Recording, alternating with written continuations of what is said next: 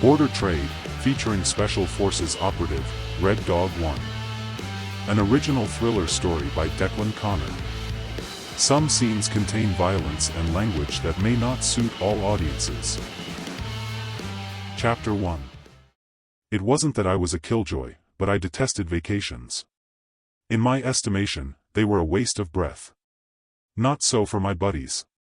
My team were on a beach somewhere sunning themselves, probably drinking fancy cocktails and pretending to enjoy them, while trying to convince their better halves and kids they were having fun. Maybe they were enjoying themselves, who knows? Me, I was where I wanted to be. Still at base at the horror factory, putting new recruits through hell. But then I didn't have family to make it up to for being away for extended periods. We were about to do recruits' individual house clearing in a hostage situation. I nodded to Lanky, the first in line for him to make a start. Lifted the lid on my laptop to reveal the camera images and clicked the stopwatch on the table. Lanky rounded on the horror factory door, rifle shouldered and with his eye glued down the barrel. He kicked the door open without trying the handle first, and I sucked air through my teeth and cringed at the rookie mistake. A wooden depiction of a hostage sprang from the floor. One tap to the chest, the next round to the head. Lanky's rifle dropped to rest on its strap. He did an about turn to reveal embarrassment written all over his face. Stupid fuck hadn't even got past first base. He'd aborted just as a hostile board appeared at a window opening. That would have been him dead. He stepped back outside. Oh, shit. Sorry, Red. I terminated a hostage. I have eyes, dipshit. No reason to have stopped. There could have been others there as hostages. On a real mission you'd have been dead. Look behind you. Lanky looked over his shoulder to see the hostile board at the window. Sorry. Don't say sorry to me, idiot. Say sorry to the poor family of the hostage you just shot. Go do a circuit of the training ground, then get back here and go again. Next time, concentrate, and whatever happens don't stop until you've confirmed the house is clear of hostiles. Oh yeah, and next time try turning the door handle. A click of the tongue and I shook my head in disgust. It was one thing going through selection, but a whole different set of skills to get through training for missions. Donkey breath from our B team jogged over to me as I was about to send in the next recruit. Boss wants you in his office. Like now. I'm to take over here. Fuck, what does he want? Didn't say. I had a good idea as to how this would go down. Someone must have snitched I was still around. Ruminating on the way over to his office, I could hardly tell him I'd won the training gig from Ginger in a poker game by sleight of hand rather than go on vacation. Thinking that, Ginger would have likely thought I'd lost, and he'd won the mega lottery. In reception there were two suited guys sitting there. Both of them had the appearance of undertakers. They looked me up and down, like they were doing a full-body scan to measure me for a coffin. I stepped up to the adjutant's desk. Boss wants to see me. The adjutant pressed the switch on the intercom. Red is in reception. Says he has an appointment. Send him on through, boss said, with his metallic-sounding voice crackling over the speaker. With my hand on the door handle, I paused for a second and took a deep breath, then entered. Boss threw me a glance. He didn't look pleased and slapped a file into his out tray. You wanted to see me, I said. What are you doing here? I just said. So you must know why. He grabbed a file from his in tray. Funny. Aren't you the comedian? You know what I mean. Why aren't you on vacation with the others of your team? Ginger called in sick. Said I'd take his place with the new recruits. He raised his eyebrows. Really? So sick, a little bird told me he's just caught a flight to Vegas with his girlfriend. Maybe he's gone there to recuperate, I said, with all on not to smirk. Bullshit. I'll deal with him when he gets back. There are two guys in reception who want to talk with you. When you're finished, I want you gone from here until vacation time is over. Understood? Understand. What is it they want? You'll find out when they interview you. Take the back office. Now get out of my sight. He pressed the intercom switch. Have the gentleman shown to the back office. Red is on his way. When I entered the back office, they were already seated behind the desk. They didn't look friendly. Almost tasted the hostile atmosphere in the room. Clearly official stiffs of some kind, whoever they were. Maybe I was in trouble from the brass at the Pentagon. I hadn't exactly had my team stick to their plan on the last mission. They didn't ask, but I pulled up a chair and took a seat, then mansplained. Arms crossed, I waited for the intros. None came. I exchanged glances with them one at a time. It was like I was in the ring up against a tag team, sizing them up, waiting for the bell to ring. If they wanted me to break first, they were wasting their time. The guy with the crew-cut hair hauled a case onto the desk and opened it by the clasps. He took out a buff file. "How do you know Mariana Garcia Alvarez?" he asked. Now they had pissed me off. They obviously knew who I was. I didn't have a clue who was asking. The name didn't ring any bells, then I recalled exactly who it was. "Who the fuck are you for me to tell you?" The guys exchanged brief glances. "Did Captain Arkwright not say?" "We're from Langley." More fool me for not guessing. CIA. Why do you want to know? It should be in that file of yours, seeing as how you have her name. Is this some kind of test? The guy flicked the file. There's no mention of her in your records. We know she phoned you late last night. How do you know her? What did she want? Thinking about it, it was no surprise she wasn't mentioned in my reports. None of us ever used our real names on missions, just our call signs. I'd called her Maria socially. Less of a tongue twister. While thinking about it, you wouldn't even find a trace of my real name on social media, never mind my name mentioned in debrief reports. Just my team handle. All the same, they were likely lying and had a full background history on her. We haven't got all day. Are you going to answer? If you know she called me, you must have her phone calls intercepted, so you'll know what she said. Any normal guy would have been red-faced. This guy didn't miss a beat when he fired back. We know she asked you to go to her dad's funeral in Mexico and you declined. Who is she to you? It wasn't like it was the enemy interrogating me with a sack over my head. Maybe they didn't know her background. Couldn't see the harm, so I replied. We knew each other from a mission in Colombia a few years back. It'll be in my reports. A joint mission between Mexican Special Forces and us to assist the Colombians to retrieve hostages. Nationals of all three countries.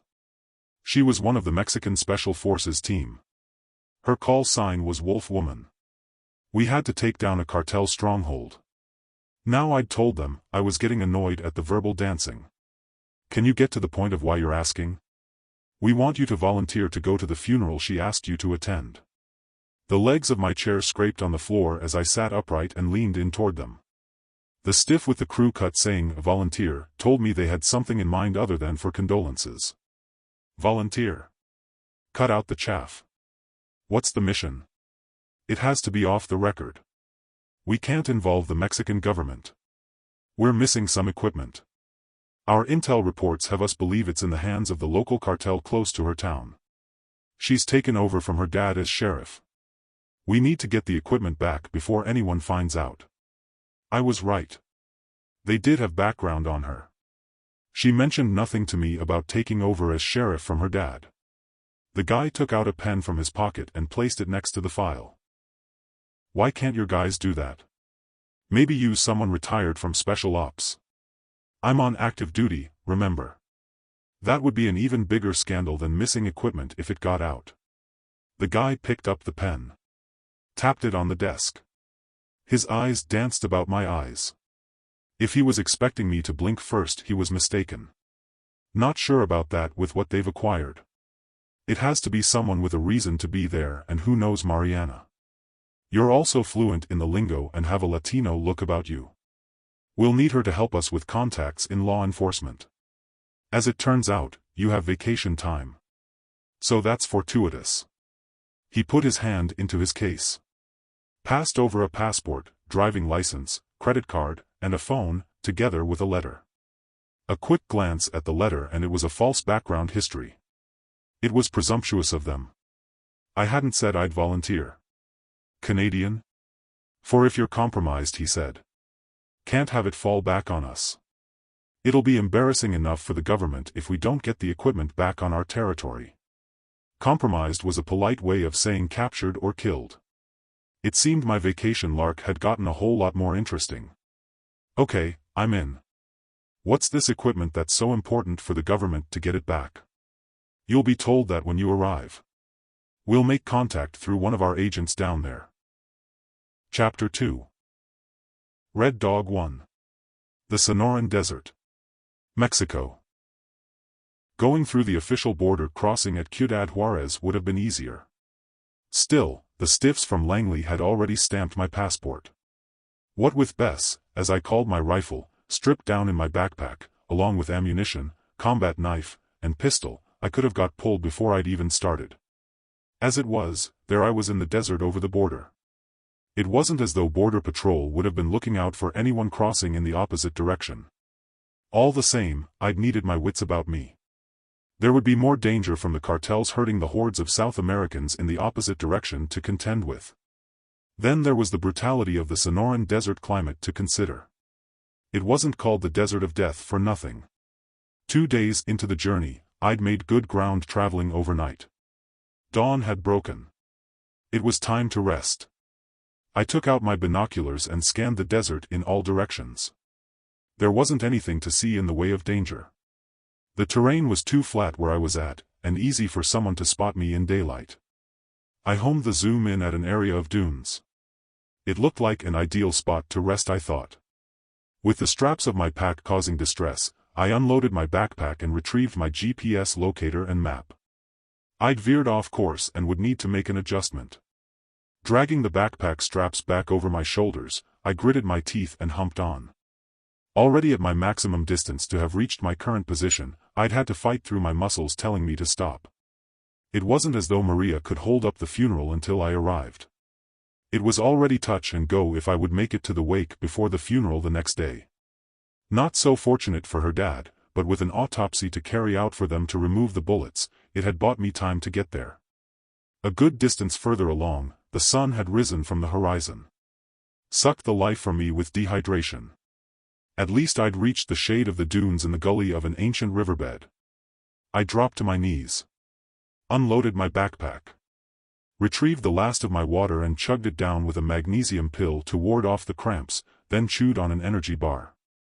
Before hitting the gully, I'd seen the mountains I'd needed to get to with the road to the town. I'd already traveled 10 more miles than most humans could endure overnight.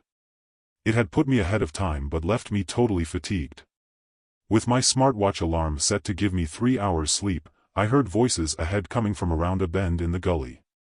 Fuck, I cursed under my breath. Reached for my backpack straps and dragged it with me up the bank. At the top, I scrambled among cactus and an abundance of creosote brush. Turned around behind cover to get a clear view down in the gully. That was when I heard a sound like an annoying buzzing fly. Only it wasn't a fly when I glanced over my shoulder. I retrieved my binoculars to see clouds of dust heading my way. Dune buggies. 4 of them spread out. Each one carried a passenger, armed with a rifle. Of all the places to have company, it beggared belief. Maneuvering on my stomach, I turned back to look down at the riverbed. Around the bend a line of people came into view. The guy at the front cradled a rifle. Behind him the line of people were trudging along with huge backpacks that towered over their heads. More like boxes than backpacks. I'd seen them before. Drug runners. At the back of the line another guy appeared cradling a rifle. To me they weren't a danger. By the look of them, they'd just pass by. It was the buggies that worried me. I turned around on my belly. The buggies had split up into 2 and appeared to be flanking the gully. The sound probably wouldn't have carried down in the gully right away to alert them. Then I heard shouts behind me as the buggies got nearer. I turned around.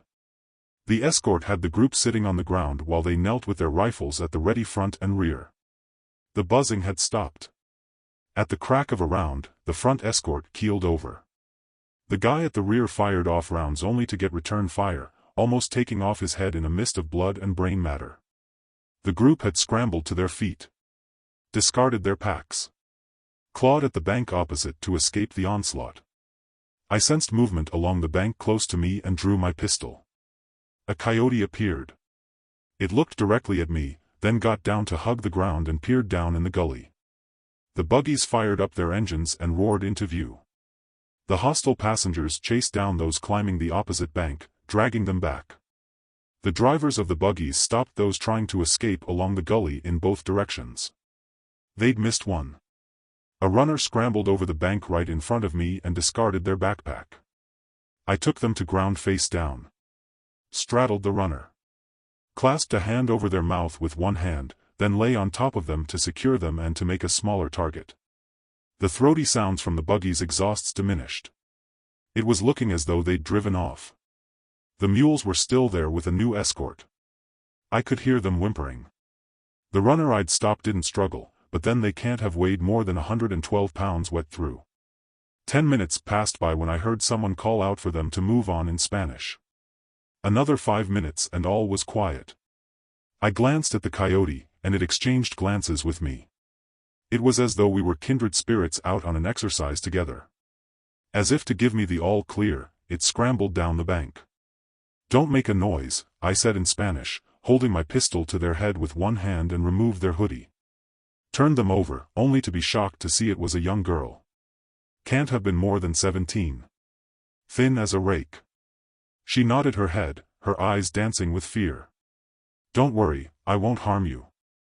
Where are you from?" "Venezuela." I pulled over the pack she'd discarded. Opened it and took out a plastic-covered block. Used my knife to slice it open to reveal white powder. Not a surprise really.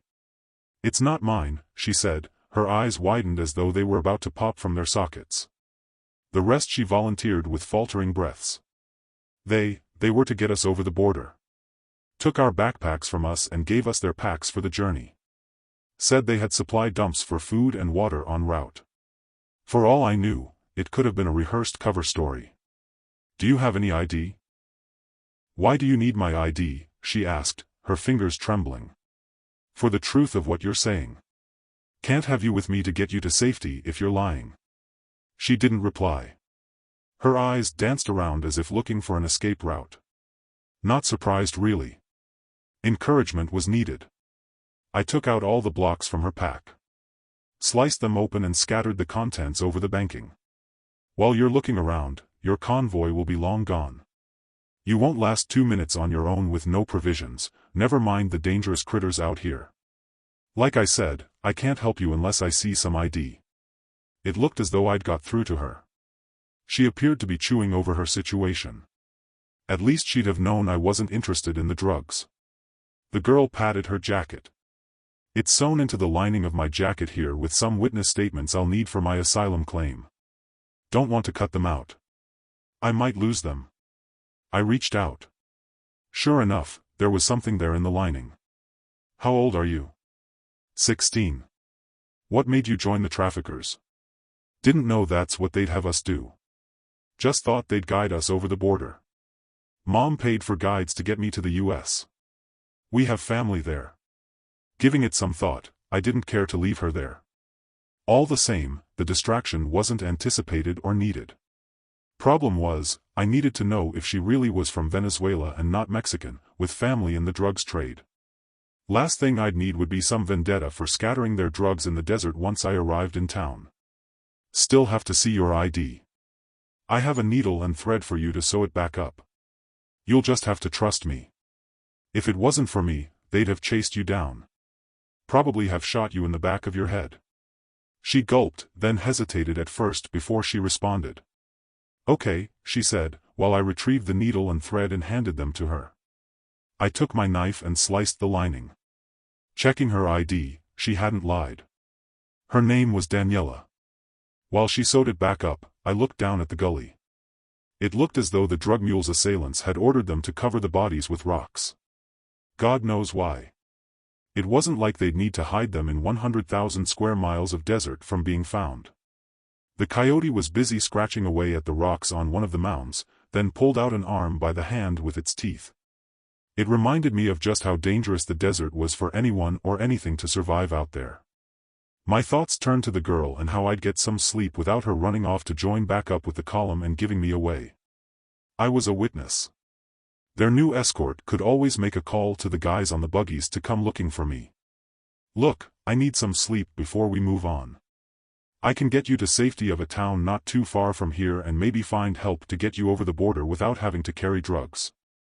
Your drug traffickers will be long gone. I have to be sure you won't run off, so I'll have to secure you. You'll have to trust me. She shuffled back on her butt, and by the expression on her face, clearly scared shitless. I won't run off. Your accent. Are you American? She asked. No, Canadian. I'm staying with a local sheriff near to here. She'll help you.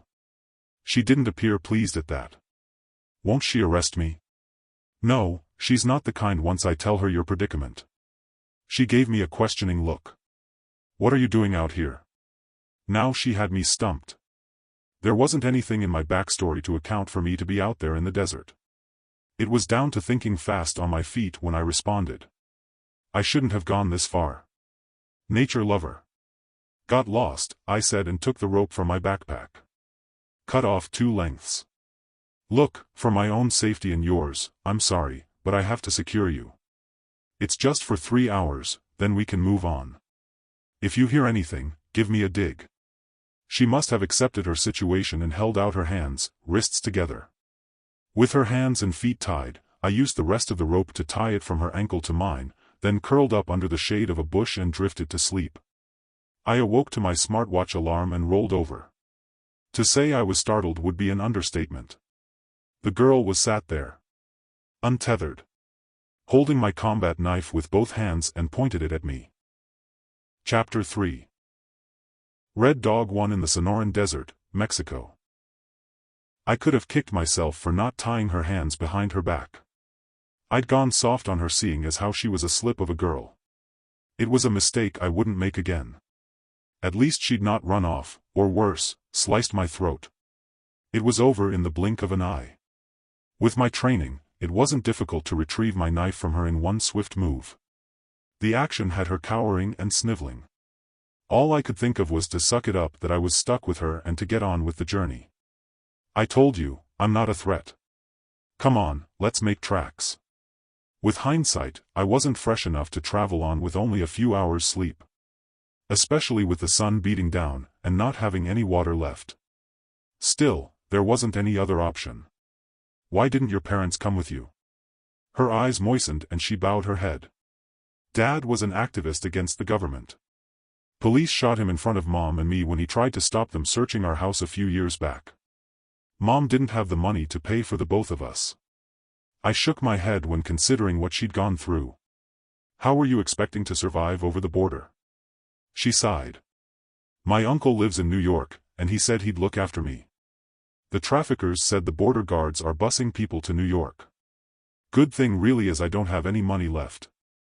The guides took it all. She swiped away tears with the back of her hand. All I hoped for was that, as welcome as the background to her story was, she'd keep quiet for the rest of the journey. I knew I needed all my energy to continue on, so I didn't respond. That wasn't to say my mind wasn't active on the subject. I'd seen enough of the degradation of humanity on missions around the world caused by those in power, or those seeking control. It was something to blot out. It was all about the immediate mission, not righting the world's wrongs. Too big a task to get emotionally involved. Still, like it, or not, I was stuck with her for now. We trekked on in silence until the mountains loomed large and I was about to collapse. Saw a truck pass by on the road. With my binoculars raised, I scanned ahead and along the road. A vehicle appeared and I zoomed in. Get down behind those bushes. Police car by the looks of it. It stopped and an officer climbed out. Scanned over the desert and I ducked down. Hugged the terrain with my body. Maybe they'd been tipped off and were looking for the convoy of drug mules. I wasn't sure if they would be from Maria's town. If not, last thing I'd want them to have done would be to search my backpack. I couldn't be sure if they'd need probable cause this side of the border. It was a relief when he climbed back inside and drove on. The stiffs had told me there would be a bus pass by on the hour and it would stop if waved down. I checked my watch. They've gone. Nearly there. Need to pick up pace to catch a bus. She grabbed my arm. I don't have money for the fare. Don't worry, I have some, I said as we moved on. We reached the road. I was done in with fatigue, my legs hardly accepting messages from my brain to continue on.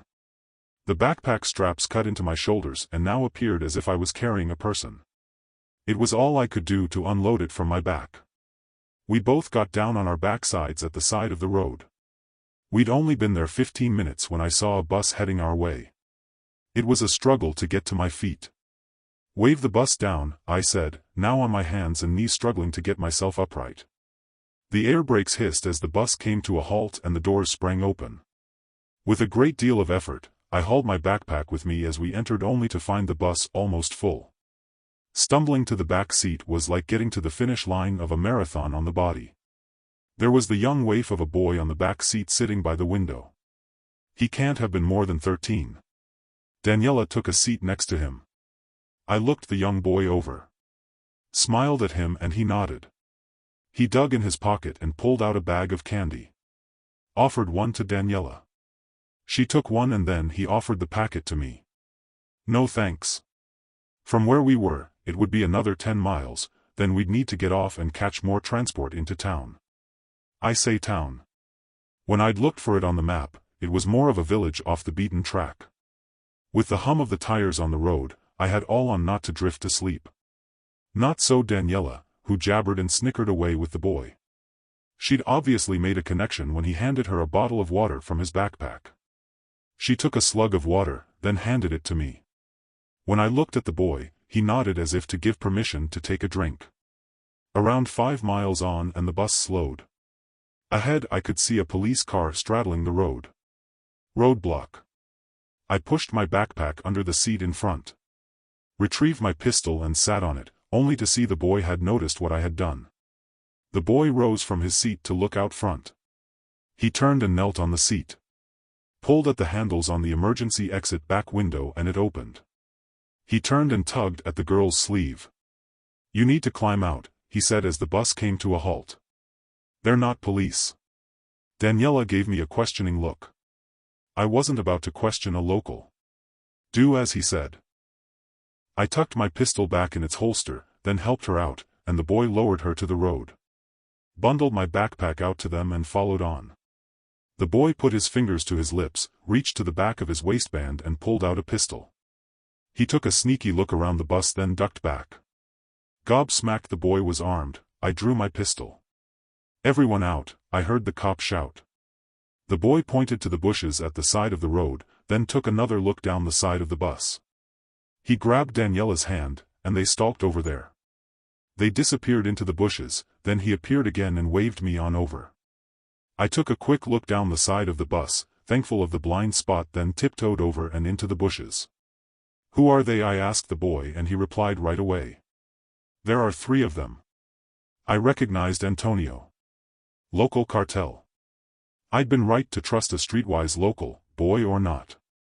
They must have stolen the vehicle and uniforms. Through the foliage, I could see the passengers lined up in the road. The pretend cops paced up and down the line. I heard 2 rounds fired. 2 of the passengers dropped to the road like sacks of potatoes.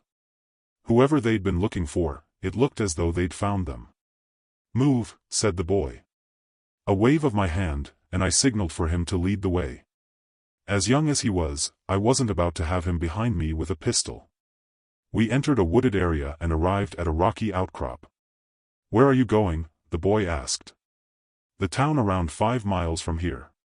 He pointed. Keep going over there and you'll find it. I'm going in a different direction. He gave Daniela a hug. Stay safe. She hugged him back and kissed him on his forehead. Thanks, she said. They broke away and he turned to me. Be careful in town. The cartels are fighting for control, he said, then scampered away into the undergrowth. I cursed under my breath that the stiffs in suits hadn't told me there was a cartel war going on. The bastards must have known. It explained the ambush back there in the desert. We had it drilled into us to use our initiative, but only during missions after extensive planning and having definite intel on the task. I was out of my depth and stupid to have volunteered. Initiative was one thing, but I didn't even have a clue what the exact mission was on this occasion. Now they'd landed me in a viper's nest with no antidote other than with my own skills to get by.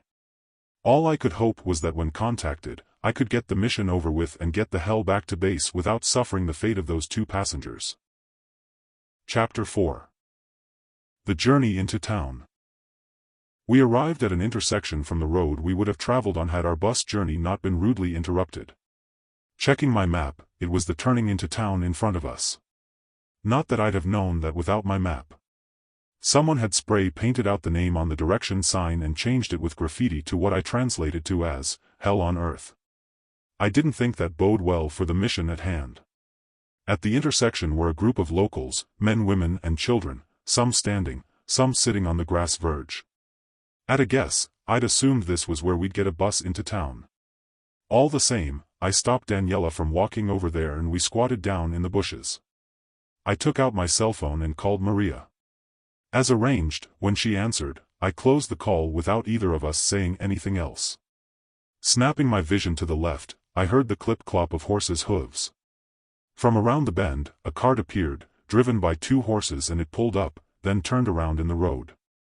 So much for taking a bus ride into town. The locals lined up and paid the guy on the cart, then climbed onto the seats in the cart. We broke cover and headed on over there, paid the guy and took our seats. The journey was a welcome rest from having to walk, when in no time, we arrived at the outskirts of the town. At the entrance were a smattering of graffiti-covered buildings.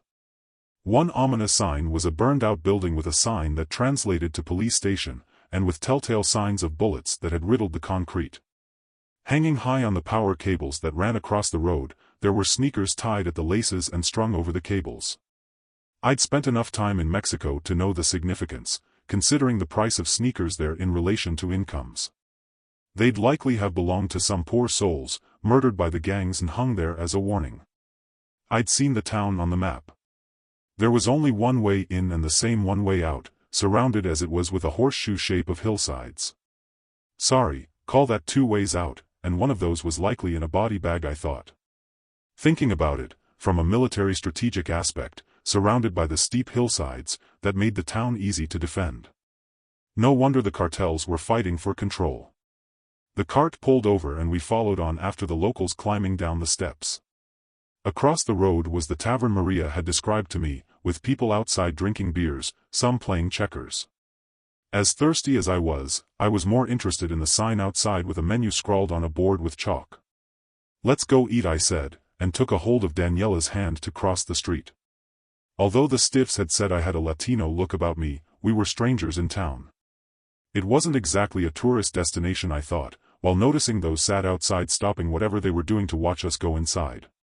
With Daniela saying I had an American twang when talking to her in Spanish, I took her to one side. I'll have the steak, you order whatever it is you want with a drink.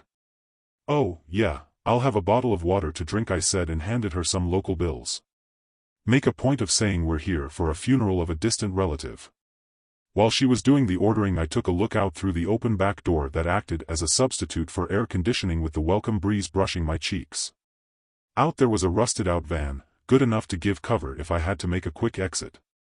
There was just the one guy in there chugging at a beer with a newspaper open on the table.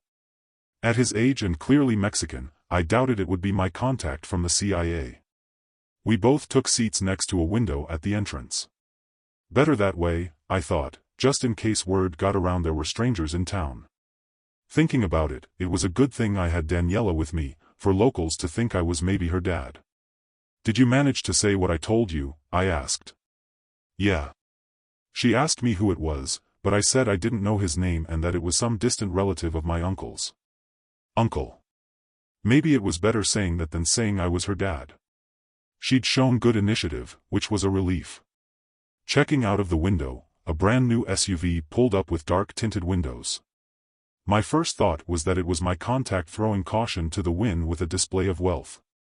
The vehicle looked as out of place in town as I felt. Even more out of place was the guy who stepped out of the SUV. His long black hair was parted down the middle. I'd have swapped his looks with him any day, but not his clothes. He looked like a throwback to the 70s, wearing an expensive dark suit over a white t-shirt. It was the padded shoulders of his jacket and the sleeves rolled up to his elbows that had me snickering. The guy stepped over to a street vendor sat on a chair with a polystyrene box. One of the customers sitting outside tugged at his friend's sleeve, and they rose from their seat and skedaddled. That sort of got my attention, especially when two more hurried away, leaving their drinks behind. I felt for my pistol and removed the strap from the holster. The guy from the SUV exchanged words with the vendor who nodded while slightly bowing multiple times, then he took out a can from his box and handed it over. No money changed hands. The guy pulled the ring and guzzled down whatever the drink was, then tossed it back. The street vendor appeared nervous and juggled with the can, then put the lid back on his box and exited stage left in a hurry. The vendor had clearly been nervous in the guy's presence. He took out a cigarette, lit it, then sucked on it, followed by blowing out a smoke ring and poked his finger through it. He was some cool dude, whoever he was. Chapter 5. The guy with the SUV stepped back into his vehicle. That he'd not walked across to the tavern made me think he wasn't my contact. He didn't drive away, staying parked there. The food arrived and I tucked in, but I didn't take my eyes off of the SUV. With the tinted windows, I couldn't see if he was observing the tavern. He was obviously someone the locals were nervous of and he deserved my attention. With the food wolfed down and a quick chug of the water, I checked my watch. It annoyed me that Maria was taking her time. Daniela placed down her knife and fork on the table, drank the last of her Coke then pushed back on her chair. "Thanks," she said and wiped her lips. "Don't mention it," I said, glancing at my watch again. The guy with the Mexican daily newspaper rose from his seat and made for the exit. "Here, take this, I've read it," he said with a strong Mexican accent in Spanish, then dropped the rolled-up newspaper on our table. "Interesting article on page 5, he said and gave me a wink, then he hurried through the door. Not used to this cloak and dagger stuff, I imagined he'd been my CIA contact. The woman at the counter was looking over, so I didn't go straight away to page 5, instead I pretended to read the first page, then set it down as it was distracting me from keeping an eye on the SUV. Taken by surprise, I wasn't expecting what happened next, when an armored vehicle pulled up outside and sounded its horn. A slight heart flutter and I relaxed at seeing Maria waving her hand at me from the driver's seat. "Come on, that's our ride," I said and scooped up the newspaper, rolled it up and stuffed it in my jacket pocket. It was great to see her again, but her smile turned to a frown. "Who is this?" she asked, as I helped Daniela inside, then climbed on the bench seat beside of her. "This is Daniela. Daniela, this is Maria. She'll need your help. I'll explain when we get to your ranch." Maria gave me a look of disdain. "Will you ever get it right? Take no notice of him, my name's Mariana." I showed Mariana my palms. "What kept you?" She turned around to head out of town. "We were called to an incident on the highway. Someone shot up some bus passengers. Anyway, I'm here now." "How was your journey?" she asked. "Interesting. I've written down some GPS coordinates where you'll find 2 traffickers' bodies." She glanced across at me. "Did you take them out?" I took a breath before answering. "No, another gang ambushed them in the desert not far from the road and took over the drug mules heading for the border." She clicked her tongue. "Don't bother with the coordinates. Let them rot," she said as if they were discarded garbage. But then, considering the number of people dying in the US from their activities, I had to agree with her. She sighed, then continued. "The body count here's rising daily with the cartels at each other's throats. Bastards killed 3 of Dad's loyal officers and left them beheaded and naked in the road. God knows what they've done with their heads. Bastards stole their vehicle." Daniela and I exchanged glances. "Those must account for the false cops who shot the bus passengers. One was called Antonio according to a local. Said he was part of the local cartel. We were on that bus but climbed out of the window and headed to here through the woods." Maria slapped the steering wheel. "Then I think I know who this Antonio is. I'll deal with the scumbag. Thanks for that." The passengers were all tight-lipped and none of them would admit to seeing anything. That didn't surprise me for what I'd seen so far. I imagined snitching would get them terminated. I glanced through the windshield to see kids rolling tires at each other and playing a game of dodging them. Those kids seem happy at play, I said as we drove on by them. Mariana scoffed. Play. Appearances are deceptive in this town. They're the first line of defense. All it takes is a phone call from those teenagers at the corner ahead, and they'll get the tires in the road and set them on fire. If you hadn't noticed those kids back there playing in the parked-up truck, they'd get the next call and drive it out to block the road.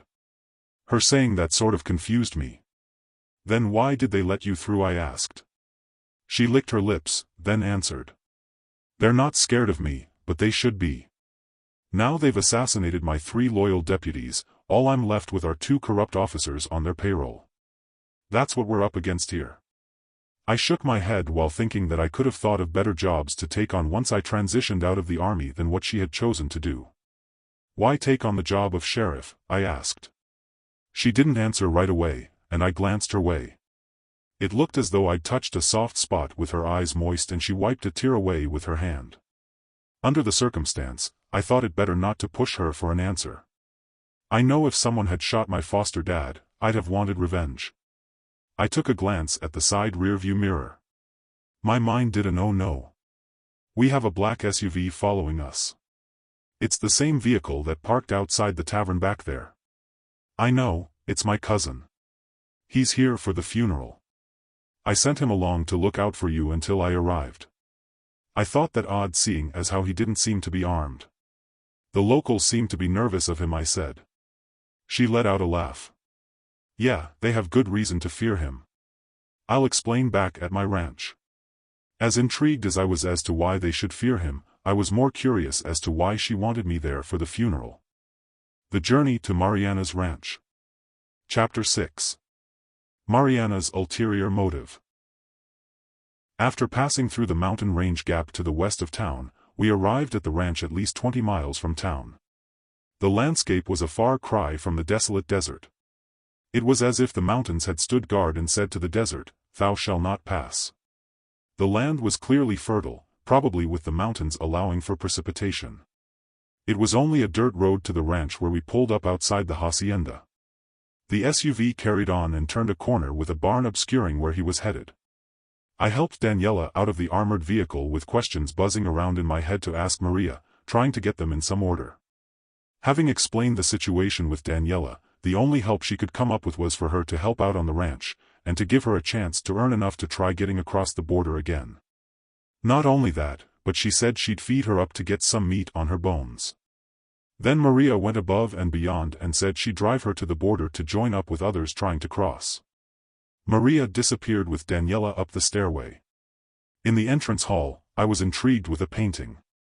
It was the image of Maria, but not of these times. The woman wore a sombrero, over her blouse were 2 ammo straps crisscrossed across her chest and holding an antique rifle. Her baggy pants ballooned out until they were tucked into knee-length boots. I stepped into the living area, shocked at the sight of brick walls with no drywall and with electricity cables visible. Whatever income her dad had eked out as sheriff and running the ranch, it had left the family living in abject poverty. It didn't make sense considering the produce I'd seen in the fields. Maria appeared alone. Daniela's taking a shower and I've allocated her a bedroom that was meant for you. Poor thing is exhausted. You'll have to sleep on the couch. No problem. I pulled off the straps to my backpack and took a seat. Daniela wasn't the only one to be exhausted. Right there and then I could have slept on a bed of razor blades. I was about to ask her a question when she got one in first. "Why did you change your mind?" she asked.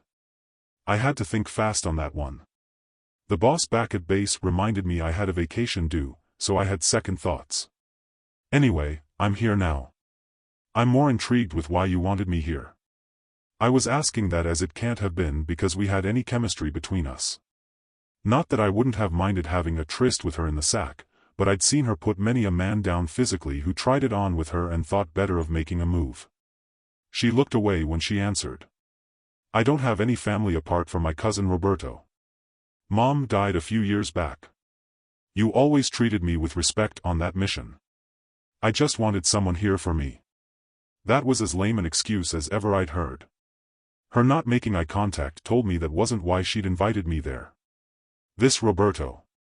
Is that the guy with the SUV the locals are afraid of? She nodded her head. Why is that, I asked. Long story, but I'll cut to the chase. My dad's brother was the head of the local cartel. They were like chalk and cheese, taking different paths. My uncle's son is in charge now. I'm sure he ordered Dad's assassination. That didn't make sense to me. Wait, you mean this Roberto ordered your dad's death? Oh, no, sorry. That was Roberto's half-brother. He has a villa on top of the hillside overlooking the town where he lords it over his territory. He's an evil bastard, but then so is Roberto, as charming as he can appear. They don't call him El Hombre Jody Menchi in town for nothing, a little like your bogey man in the States. It roughly translates to the mind-fuck man. He was a sicario carrying out assassinations for his dad from the age of 13 until his dad died 5 years back. His bitch bimbo wife made sure her son took over the cartel. Roberto had to leave town. One man against the whole gang wasn't good odds, so he went to work for the Sonero cartel out west. But why the nickname? His reputation precedes him. Many know what he looks like, and what he does, but they never see it coming if he has a contract on them. His stepbrother doesn't know the cartel who are trying to take over here have given him a contract to take him out. He probably thinks he's just here for the funeral, then he'll be on his way.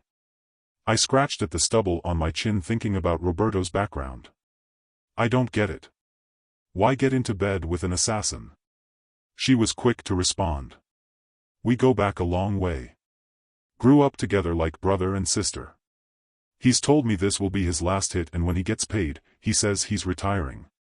I just hope I get to take his half-brother out first. What do they call his stepbrother, I asked. Carlos. Like I said, he's an evil bastard. I stroked my chin. There had to be more of a reason than the lame one she'd given me for her to want me there. Come on, out with it. 2 against Carlos and his gang don't sound like good odds. What exactly did you want me here for?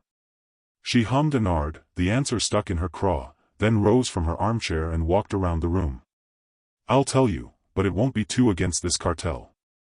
But first you have to know the history and what's going on around here. I'm listening, I said, and pushed back into the cushion on the couch.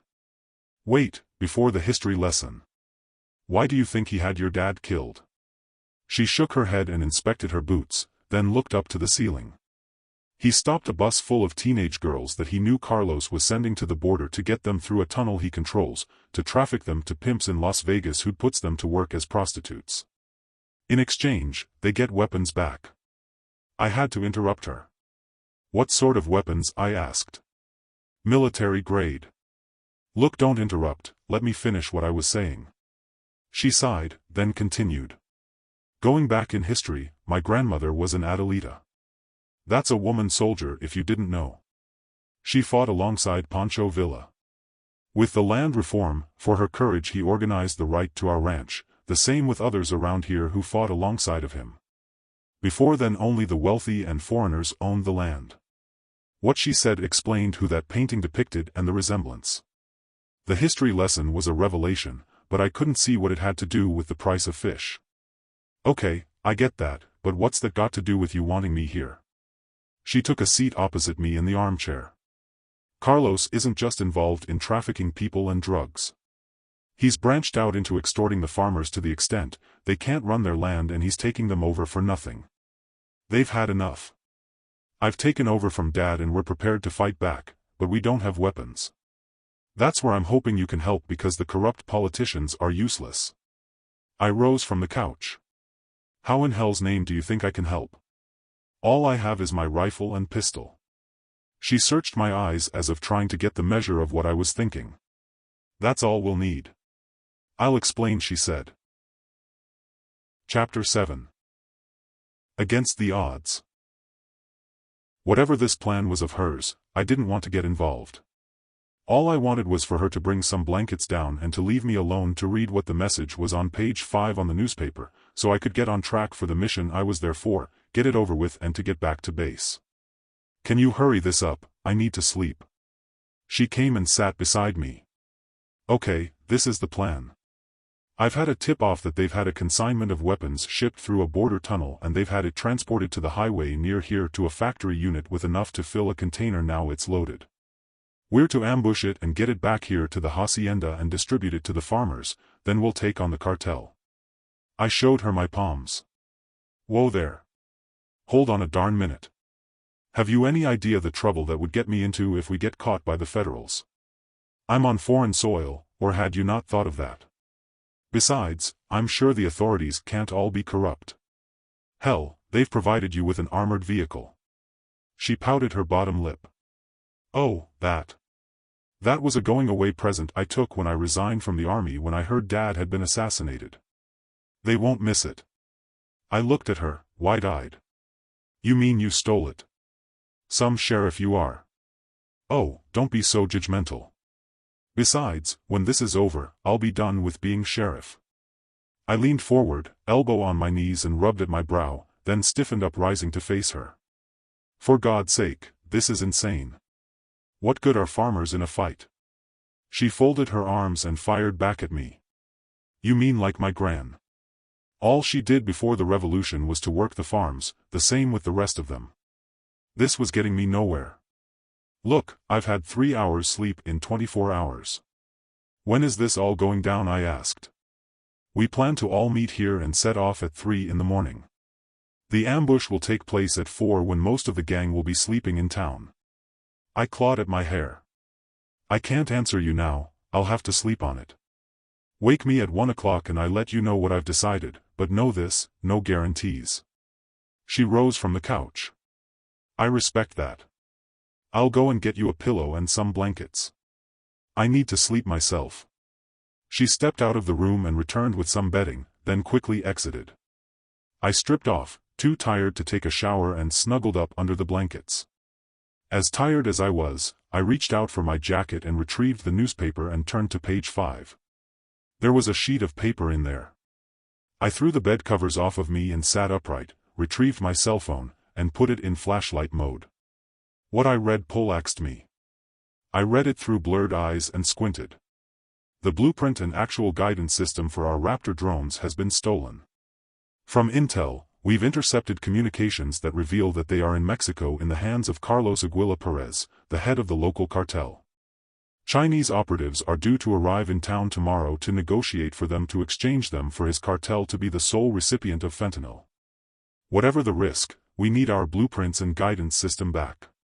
Find them and report back at the tavern for us to arrange a recovery team as backup. Our operative will be there every day for lunch. Burn after reading. I stepped over to the fireplace and blew on the embers, then placed the note on them to it, immediately incinerating. Jesus Christ, this was more of a hairy mission than ever I'd anticipated, I thought. It had been some strange wake with the funeral tomorrow. That aside, the question was, should I get involved with Maria and her crazy ambush idea at great risk, or decline the invitation to take part? I crawled back onto the couch and pulled the covers over me, while hoping for divine intervention as to what to do. Especially as I'd likely need Maria's help with my mission.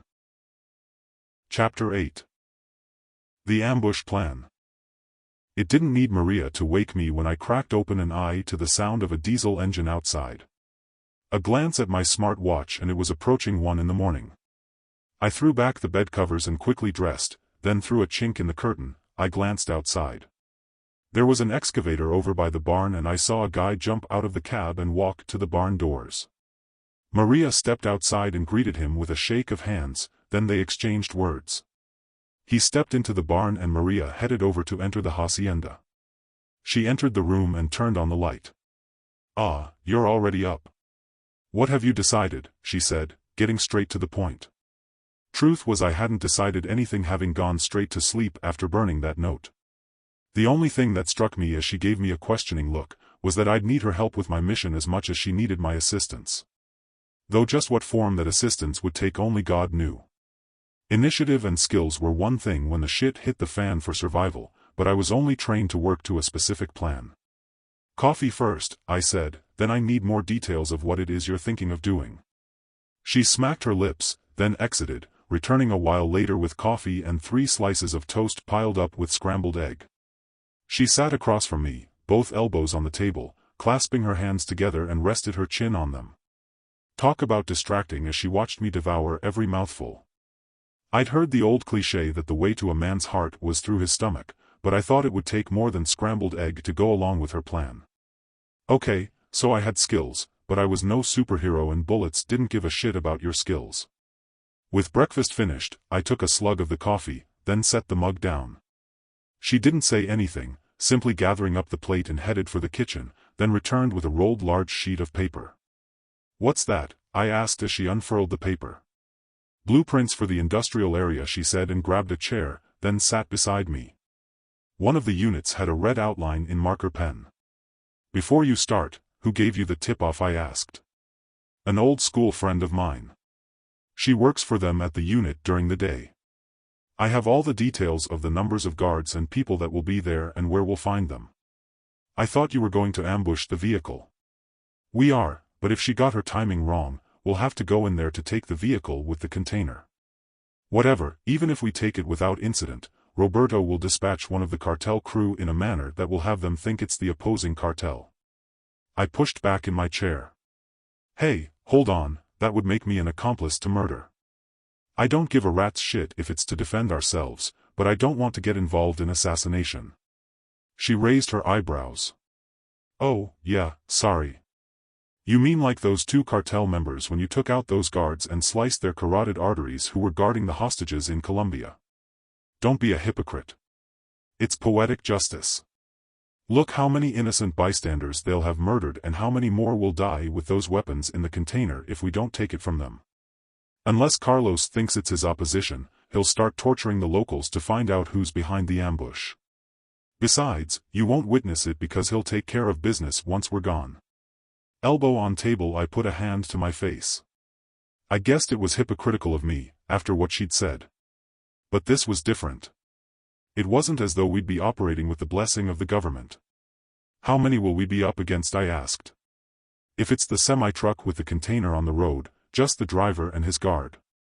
We'll have the road blocked with our own semi and trailer and with a motorbike on the ground as if there'd been a crash. We've dressed up a crash dummy to make them think it's a body in the road. We know they monitor our frequency, so I'll radio those two other officers of ours and tell them to go out there and tell them a motorist phoned it in." "Just the three of us?" I said. "No, some of the farmers will take care of positioning the semi and bike. We'll have someone further along to radio through that they're on their way to our roadblock." Running over the plan, I scratched at the hair growth on my chin. "Wait, if they're monitoring your frequency, they'll hear the message." She pushed back on her chair and rose from her seat. "No, they won't. I have some presents for us, wait here." The plan didn't sound over perilous. It wasn't as though we'd be up against ISIS at a compound guarded by armed followers on alert. All the same, we hadn't gone through Plan B at the factory unit. She returned carrying a large canvas bag by the straps, and by the look of her pained expression it appeared heavy. She hauled it on the table and unzipped it, then opened it to reveal the contents. "Holy shit, where did you get this lot from?" Chapter 9. Best Laid Plans. From the top of the bag, Maria took out a set of field comms, then dragged out an armored vest and plates. She set her eyes on me. I imagined she was waiting for my response. I wasn't about to give anything away as to which way my mind was thinking. She broke the silence. "There's one of our black uniforms in there, and elbow and knee pads. The uniform is courtesy of my old unit. I hope the helmet fits." Hands on hips, I shook my head and snickered at what she'd been up to.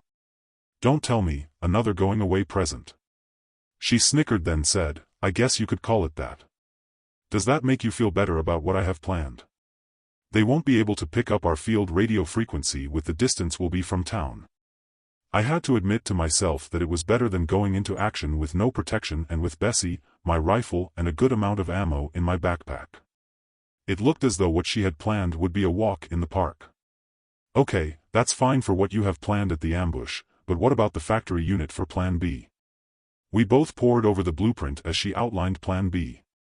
"They only have 4 guards, but Leticia says that when she turns up for work, they're usually asleep in this room here where they have CCTV monitors.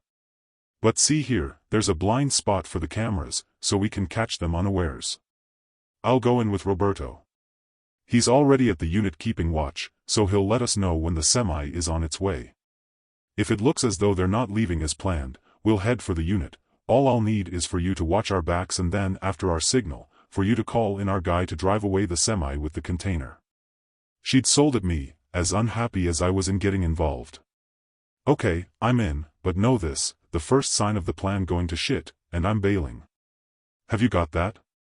Got it, she said, a grin a mile wide. She stepped over to me and gave me a hug, then kissed me on the cheek. That really took me by surprise considering she'd appeared to be anti-men during training for the month before our mission in Colombia. She let go of me. Best we go now in my pickup and get it hidden while we wait for our semi to arrive at the allotted time. When we get back here, we'll need to get some sleep ready for the funeral. I've told Daniela we'll go into town early to get her some underwear and clothes.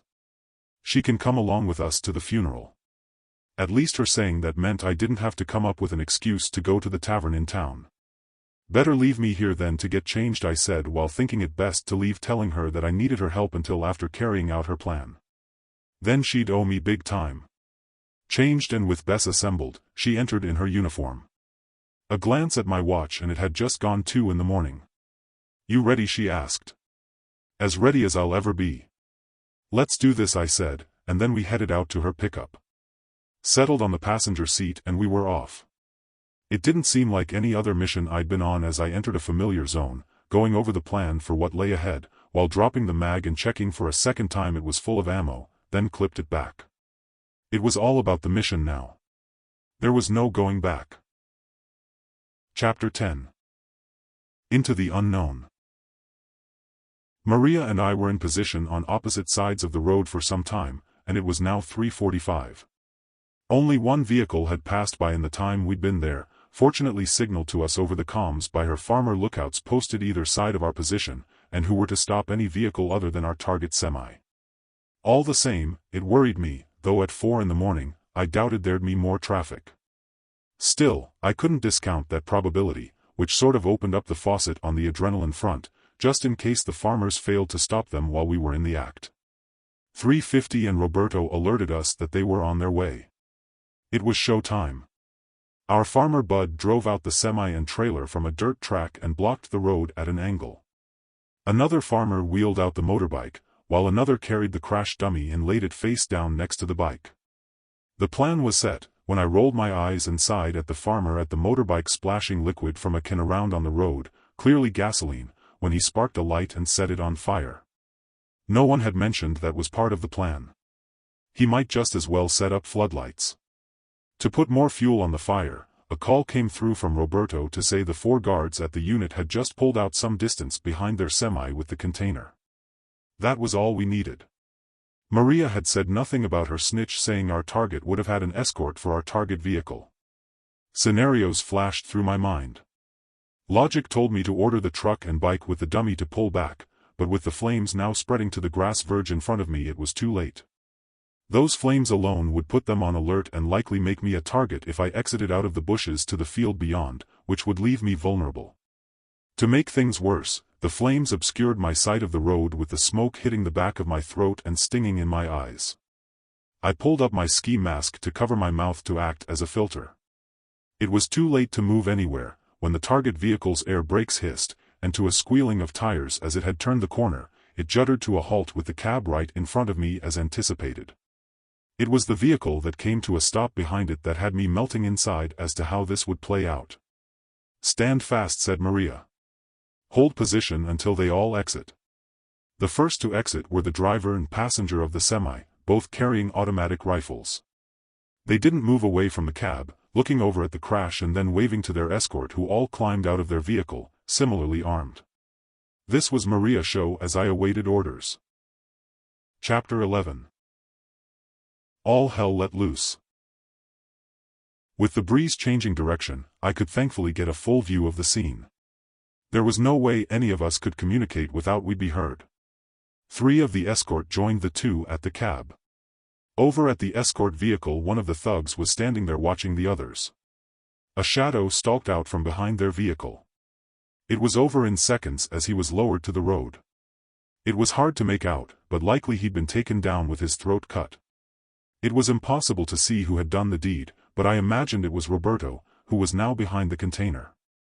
There was nothing I could do, only scope those at the blockade. One of them stepped over to the crash dummy and turned it over with his boot to the wig detaching from the head. He immediately crouched and shouldered his rifle, swinging it in all directions, and called out to the others. They all scattered, blindsiding me, when they ran around the opposite side of the cab and container to an immediate fusillade of rounds, both shotgun and automatic gunfire. The guy at the crash dummy keeled over, his muzzle flashes pointing skyward as he fell, then the flashes stopped, as did all the other action. There hadn't been any point in me being there, I thought, when I heard Maria's voice over the comms.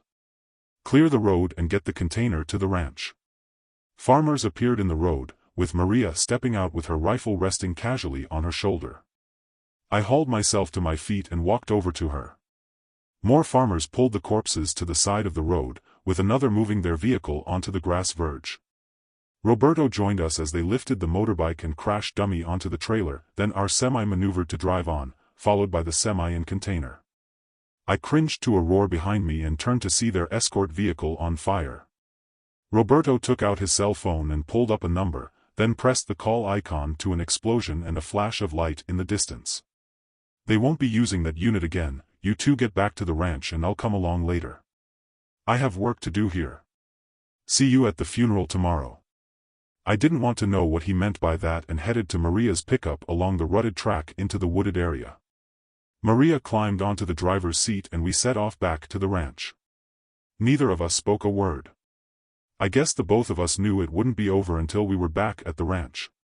Concentration was needed for if something unforeseen would happen along the 30-mile drive to put a wrench in the works. It wasn't as though we could go unnoticed if spotted by any of the cartel with two semis, our pickup, and a line of farmers' vehicles behind us with dawn approaching. I thought it was no different than returning from a mission in a chopper over enemy territory, knowing a ground missile could strike at any moment. Anyone who would say that didn't give them the shits would be a liar. It was fingers crossed time, or in this case my finger on the trigger of Betsy. Chapter 12. Now you see it, now you don't. Thank God we arrived at the entrance to the ranch. The semi at the front of our convoy continued on and we followed the semi with the container to the barn. Glancing in the side rear view, all the other vehicles had continued along the road. What now, I asked. That container and semi with the trailer will be easily spotted. She turned to me. Oh, yeah, sorry, I didn't mention that part of the plan. Step over to the barn and you'll see. I gave her a look. Yeah, you didn't tell me about them setting gasoline on fire either, I said and snatched open the door, then stepped outside. Still, all's well that ends well, she said. I'll give you that. Mission accomplished, I replied. Not quite, she said. Seeing as how you're on vacation time, I'm going to have to ask you to give the farmers some weapons training. I'm going to have to show up as if I'm working as usual. She linked her arm in mine. Come on, let's show you some magic. If she thought linking up with me as a kind of flirt to get me to agree to weapons training, she could think again. I wasn't the kiss on a fairy tale promise type. The semi backed up to the open barn door. We waited outside, then it pulled out, minus the container. When we stepped inside, her farmers were busy stacking hay bales to box it in. Are you going to look inside the container? For all you know, it could be full of boxes of noodles, I said. Don't be a party poop.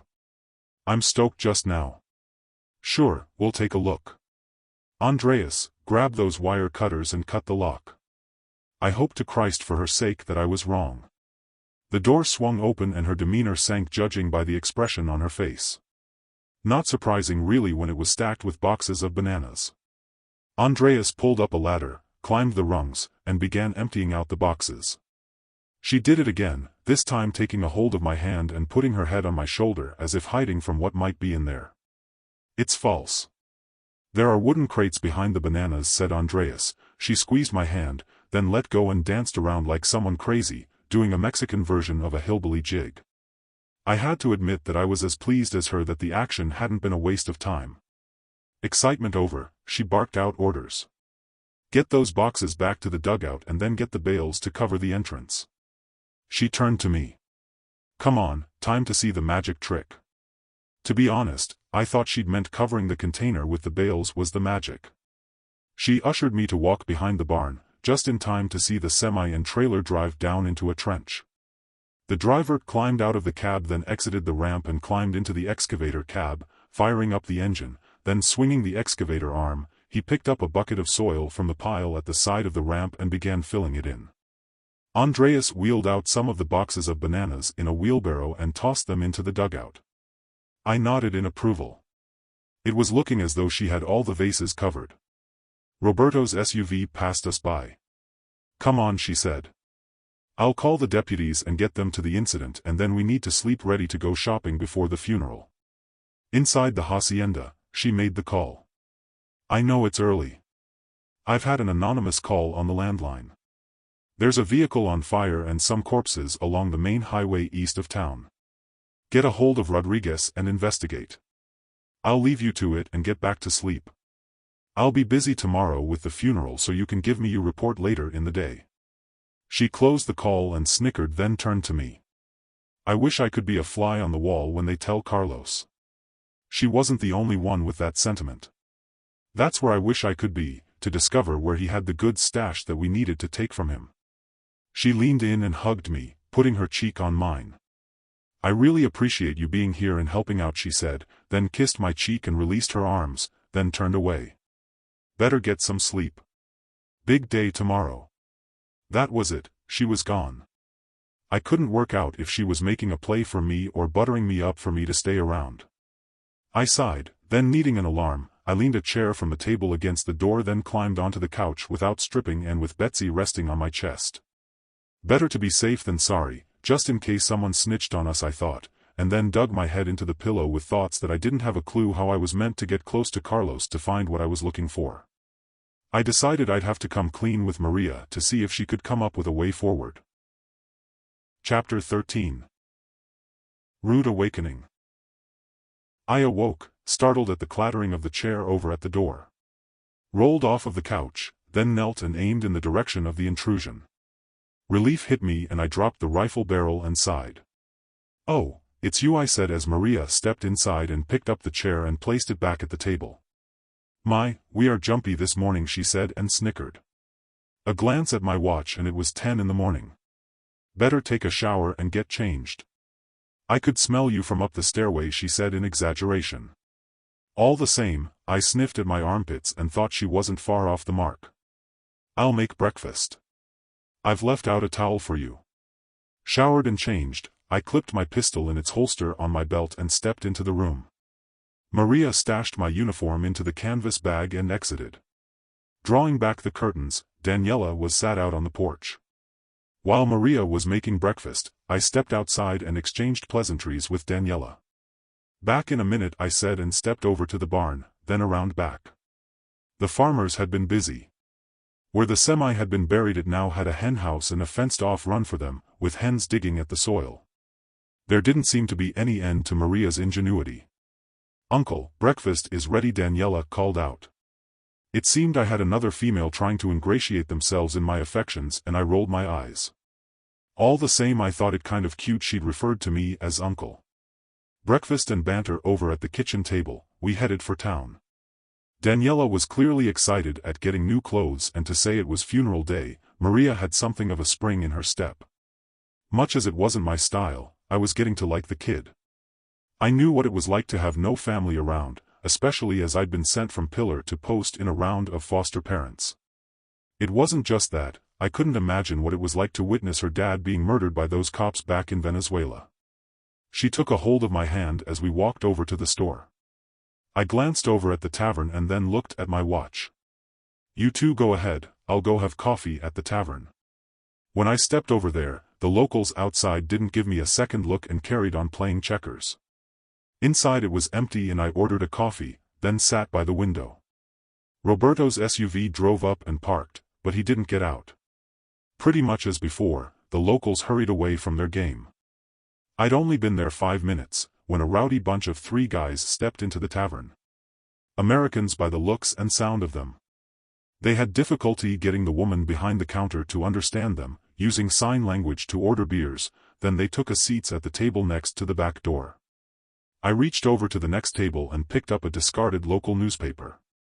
Just what they were doing there I couldn't imagine. My contact entered and asked the woman for the usual in Spanish and took a seat at the table next to the Americans, then took out his newspaper with no acknowledgement he'd seen me. I couldn't hear what the Americans were saying as they were leaning in and talking in low tones with serious expressions on their faces. One of them raised their voice, clearly agitated. To hell with Carlos. He's duped us. He should cut us in with the Chinese. Hey, keep it quiet, one of them said. They won't understand English in here, he snapped back. Let's get these beers downed and get to the meeting. Minutes later they trudged outside and over to a vehicle. Their jeans and t-shirts were normal enough attire, but one of them wearing army-issued boots had me thinking. It was obvious from what I'd heard for me to work out the reason for them being there. The woman had disappeared from the bar. A glance over at my contact and he finished scribbling a note, then slipped it into the pages of his newspaper and left it on his table, then exited tapping me on the shoulder and pointed to the newspaper. I stepped over there to his table and retrieved his newspaper. With no one around, I opened the pages and read the note. The Chinese have arrived for their meeting. Those guys are here to join the meeting. They must be somehow connected to our assets' disappearance. If you can, see if you can find out their identities. I scrunched up the note and stuffed it deep into my pocket. God knows how he expected me to do that. I saw Maria walk to Roberto's vehicle with Daniela skipping along behind her in her new clothes and carrying some shopping bags. Maria took the bags from her and opened the passenger door and placed the bags inside. Daniela looked over at me. Come on, uncle. We're to go now, she called out, and I stepped over to them. The padre will be waiting for the service, Maria said. The church is just around the corner. Roberto climbed out of his vehicle to his loose jacket, slipping open to reveal an Uzi type of machine gun, and he quickly pulled on his jacket to hide it again. Maria stepped on ahead. At the corner Maria quickly stepped back, her hand over Daniela's eyes, with a look of horror on her face. We hurried over there. Maria took her hand from Daniela's eyes. Go and sit outside the tavern and wait for us there, she said, and made to march around the corner. Roberto stopped her mid-step and looked around the corner, then stepped out there. I followed on and grimaced. There on the spikes of the wrought iron railings were spiked 3 severed heads. Maria marched on over with Roberto to a police car with 2 officers sat inside. She snatched the door open. Why the hell haven't you removed them, she said.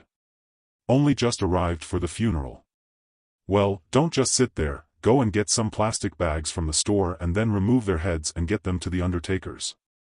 Then contact the families to say their funerals can go ahead. One of them climbed out and hurried over to a store. When he returned, Maria had them remove and bag the severed heads. The deputies put them in the trunk, then drove off. I guess that's the loyal cops, I said to a distraught-looking Maria. It is, she spat out. Won't they need DNA to match them with the bodies, I asked, and turned my head at the sound of a scream, but it was short-lived. Probably kids messing around, I thought. Maria answered me. No, 2 of them have identifying tattoos. This is Carlos sending me a warning to steer clear of his operation, she said, still seething. It was embarrassing for me as I had no connection to the guys, and other than the gore at the sight of them, I'd seen it all before with terrorist beheadings in the Mideast. Go and get Daniela, she said. The funeral has to go on. I walked back to the tavern, but she wasn't outside. I checked inside, and she wasn't there either. Have you seen my niece, I asked the woman. She shook her head, but I could see in her eyes she was lying and she looked scared. I stepped back outside. There on the floor was Daniela's wristband that Maria had given her, broken. It looked as though someone had taken her. Chapter 14. Payback time. The service and funeral had to go on without me after I'd told Maria the news of Daniela going missing. God knows what I'd find, I thought as I worked my way around the streets and back alleys looking for her, just in case I had it wrong and she'd wandered off. Senor, someone called out to me. It was the young boy from the bus. They have her. I saw Daniela's face pressed to the back window of a van window. They've taken her to the villa. Which villa? He pointed to the hillside. I cursed at not having my binoculars. There was just the one villa. It had to belong to Carlos. I turned around to ask the boy questions, but he'd slipped away. I hurried back along to the churchyard, just as the padre threw dirt onto the coffin. It looked as though no one else had dared to attend. Maria was sniveling with a handkerchief to her face. Roberto guided her away on over the pathway toward me. I was like a fish out of water, not knowing how to console her with what to say. "Leave your vehicle here. I'll take you both back to the ranch," said Roberto. We walked back there in silence, then climbed inside his SUV. "Look, I have to tell you, they've taken Daniela to that villa on the hillside." Roberto's eyes glanced at me in his rearview. Maria turned around, her eyes still moist. "That bastard. He'll be trafficking her." She turned back as we drove on out of town. Roberto broke the silence. "We should go in there tonight and get her back, then I can finish my business here," he said in a dry tone, like it was going to be a walk in the park. "What, you mean just walk in there past his guards?" "How in hell's name will we do that?" I asked. "No point getting excited. I'll explain when we're back at the ranch." That killed further conversation until we arrived at the ranch and entered the hacienda, then took seats around the dining table. Maria had composed herself from her grief, now displaying a tight-lipped angry expression. "How are you at rock climbing?" Roberto asked. "I've done some in training." "Good, then you can join me tonight and maybe get your girl back. The villa has an underground complex. They have holding cells down there for the girls they traffic. It's also where they stash the drugs ready for shipment. I know my way around there like the back of my hand. We'll climb the rock face and enter through the ventilation shaft. Mariana here will organize her farmers to create a diversion to keep them busy on top. You get the girl and I'll take care of Carlos." It was looking as though there was no need to tell them of my true mission. "I'll need to get the farmers here to show them how to use the weapons," she said, and rose from her chair. "I'll help with that," I said, "but there won't be time to get them to practice shooting straight." "Oh, they'll shoot straight, don't you worry about that. I'll go and make some calls," said Maria. It seemed strange going on a mission with a criminal assassin, but the guy was thorough as he retrieved some paper and a pen and drew a plan of the villa with precise instructions as to how what we were to do would go down, with any number of alternative scenarios should we meet obstacles. I guessed it was do or die like any mission. Chapter 15. The final mission. Roberto and Maria left me in the living room to get changed into their uniforms. I did likewise and retrieved the satellite phone the stiffs had given me from my backpack. I set the encrypt button and made the call. Crew Cut already had word from my contact about the Americans there for the meetings, and it was the CIA who had informed him about the Chinese. "We're going in there tonight," I said, and briefed them about Daniela's abduction as the pretext for going into the villa, together with the plan for the locals to take out the cartel there in the time. The guy had listened without interruption, then he replied. "Good, then if you find the assets we need back, send the coordinates to me and I'll have a recovery team on standby." I closed the call. We convened in the barn for one final run-through. It was 2 in the morning, and we were all as ready as we'd ever be. Those weapons in the container hadn't been shipped straight from the manufacturer to Mexico, that was for sure. They were military-grade all right, the latest version, and the boxes stamped with the USA Services logo with the name of the fort in Texas. The guys from the tavern were likely involved and in the army. I had it in mind they were the ones who had stolen the blueprints and guidance system. Maria stepped over to me and took me out of earshot from her assembled contingent of farmers in the barn. She gave me a warm smile before saying whatever it was she didn't want them to hear. "Look, I was wondering. As soon as this is over, how about you and me going straight to Puerto Escondido for the rest of your vacation? I could book us a room. I think we'll have deserved a break when this is all over." My Adam's apple leaped. "Room? You mean with 2 single beds?" She lowered her head and looked seductively at me. "Why, are you gay?" I felt the heat rise in my cheeks at that remark. Either that, or it was through a sense of thinking there hadn't been any sort of spark there for her to make the offer. "Hell, no, but the way you handled men back there in training for the Colombian gig, I thought you might be a lesbian." She laughed. "That's because the men in our team were misogynist and didn't think a woman should be in their unit. Same with the Colombian unit. All thoughts of detesting vacations disappeared in a flash. I'm in, go ahead and book it as soon as you can. I can't go back to base for another 10 days anyway. That had better not be your motive for accepting the invitation. I'm hoping we can have some fun, she said and winked. That was it, when she turned and walked back to her farmer friends, leaving me stood there gobsmacked at what had just gone down. A slap on my shoulder broke the moment. Come on. Time to get a move on, said Roberto. I checked the time at 3:30 in the morning when we arrived at the rock face of the hillside after an hour's trek through the woods. In the moonlight, I could see the hot air shimmering as it exited the ventilation shaft. The arduous climb was tough on the muscles on the way up there, despite adequate crevices for hands and feet, with the weight of the body armor and straps of my rifle slung over my shoulder as a hindrance. The grill was rusted and fell apart when Roberto tugged at it, and then he disappeared inside. I thanked God for the elbow and knee pads as we shuffled along. Eventually I could see a light growing ever nearer and Roberto stopped at a grill. He reached down and retrieved his wire cutter and cut the lock for the clasp, and he was in. I glanced out to see we were in a corridor with Roberto crouched and checking we were clear in either direction. He waved me on. I wasn't as agile as him, my boots clomping on the concrete as I landed. We hesitated for a moment and I craned my neck, then moved on. Roberto held out his arm and gave a quick glance around the corner. I saw him draw his knife, then heard a scuffle as he disappeared from sight, followed by a gurgling sound I'd heard before when someone is stabbed in the neck. Roberto looked around the corner and with a sway of his head, he beckoned me on. Roberto stooped and retrieved the guard's keys and stepped over to a steel door.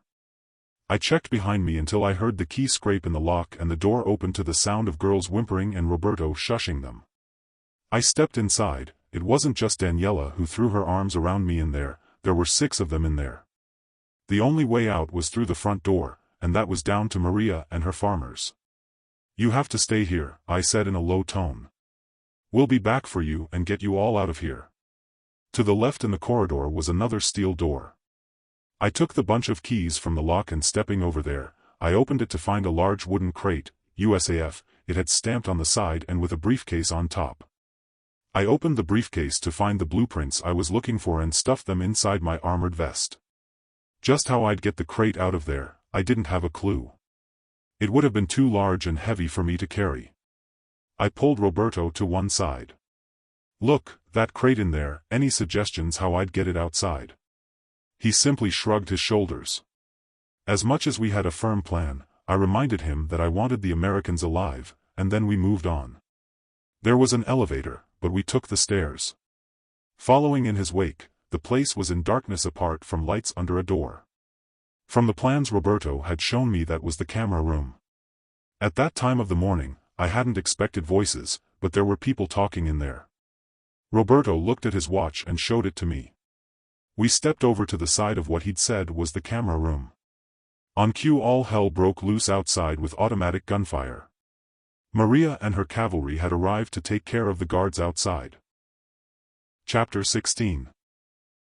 Unexpected arrival. The door to the camera room burst open. I squeezed my trigger, one tap to the chest, one to the head. The guy was toast. Roberto didn't use his rifle on the one following on, simply stopping him mid-step with the side of his palm chopping at his throat. The guy dropped his rifle, both his hands grabbing at his throat, then gurgling, fighting to breathe. Roberto slugged him on the back of his head with the butt of his rifle, sending him to ground, then he shot him in the back of the head. The front door flung open. All our crew had white armbands. This guy was a hostile. He charged in, muzzle flashes and rounds exploding in my direction. I dove to ground, taking him out with a single shot, then rolled under the stairway to cover the front door. All rooms clear down here, I heard Roberto say over the comms. I glanced at shadowy movement to see Roberto take cover at the camera room door frame, his eyes and rifle barrel glued to the stairway. My earpiece crackled. On my way inside, I heard from Maria. Outside the shooting had quietened down to sporadic shots. As she stepped inside and over the body of the one that I'd taken out, she aimed her rifle at the stairway, then to explosion of rounds from both Maria's rifle and Roberto's position, a body landed with a thud from the stairway right next to me. "Wolf and Red, take cover," I heard Roberto say over the comms. A quick glance at the camera room and he was nowhere to be seen. "They're exiting the upstairs room, take up positions." He was obviously monitoring the screens in the camera room.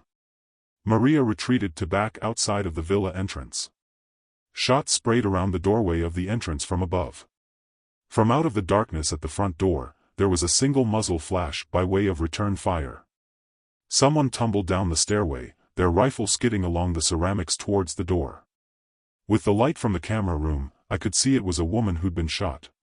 "Entering with our observer," said Maria over the comms.